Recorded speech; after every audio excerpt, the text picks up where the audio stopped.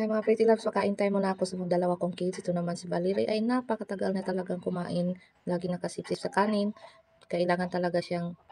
At ito naman si Binsoy ay mabilis na talaga siyang kumain. Napakadali lang niya pakainin. Kaso ayaw niya talaga sa mga sabaw-sabaw. Gusto niya yung mga dry na ulam. At isang bowl ng malunggay at itong isang serve ng kalabasa ay para sa akin din to. Naka-reserve sa akin mamaya. Kakainin ko pagkatapos ko masubuan tong mga dalawang kids ko.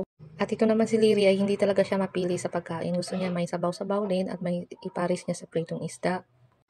At ito naman si Binsoy Bugay ay napakaganon niya kumain kahit dry-dry lang. Ayaw niya talagang palagyan ng sabaw. At si Ate Lori naman ay siya lang talaga ang kumain na napakatagal talaga niya dati nung matuto.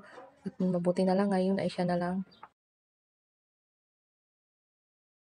At ito na mga pretty loves, naka-ready na yung kanin ko. At dahil natapos ko na silang pakainin, ako na naman. Ito isang bowl ng gulay ay kaya ko itong ubusin lahat. Basta may kasamang tuyo. Sarap talaga iparis. Tapos may kalabasa pa na ginataang kalabasa nga po. At napakasarap ng ginataang kalabasa. Binilito ng asawa ko kanina kaya nanghingi ako sa kanya. Dahil kada buntis ko ay nasanay na akong kumain ng mga gulay. Gusto ko talaga gulay yung kainin ko pag nabuntis ako. Yung tatlong anak ko ay gulay talaga yung kinain ko kada buntis ko. Hindi kasi ako nasusuka pag gulay ang kinain ko. Pero sa ngayon ayaw ko talagang kumain ng chicken joy at yung isda. Parang nasusuka ako pag tiningnan ko. Itong tuyo mga pretty loves ay tawag sa amin ay bulad. Ay napakasarap talaga to ipari sa gulay.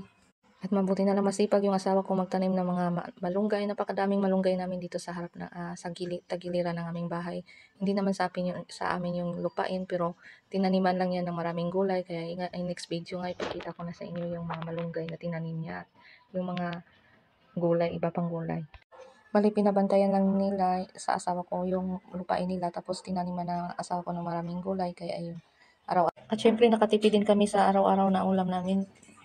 At kung bibili pa kami sa palengke, napakamahal ng mga gulay ngayon sa palengke.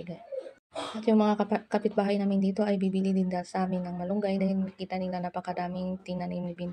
At dahil nakita nila na nakapalibot lang yung malunggay sa aming bakuran at ayan nga po, ay dito na nga po sila nagbibilihan kaysa sa palengke sila bumili.